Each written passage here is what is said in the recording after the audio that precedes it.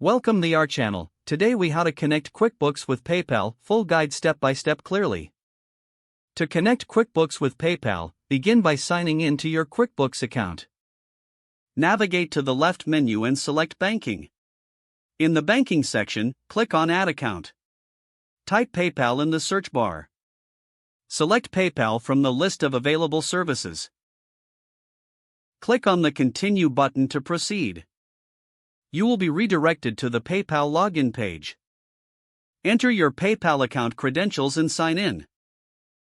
After signing in, authorize QuickBooks to access your PayPal transactions. Review the permissions and click Agree and Connect.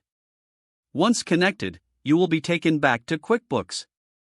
QuickBooks will start pulling in your PayPal. This may take a few moments, so be patient. After the import is complete, navigate to the Transactions tab.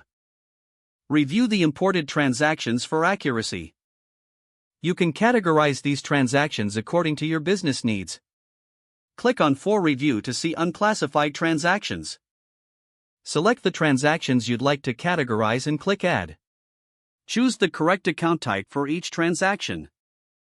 You can also create rules for future transactions to automate this process. Once categorized, ensure all transactions are reconciled. Return to the banking section to confirm everything is accurate. If you encounter any issues, check the PayPal integration settings.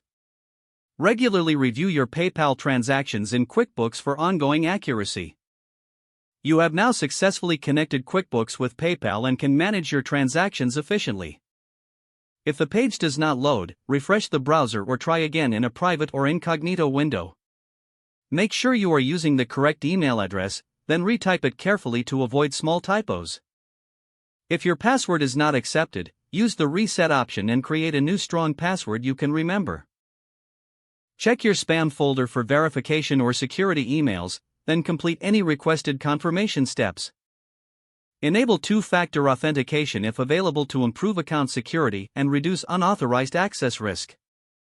After signing in, review your profile details so your contact information and settings are accurate and current. If you see an error message, note it down and try again after restarting your device and internet connection. Don't forget to like this video and subscribe to our channel for more step-by-step tech guides.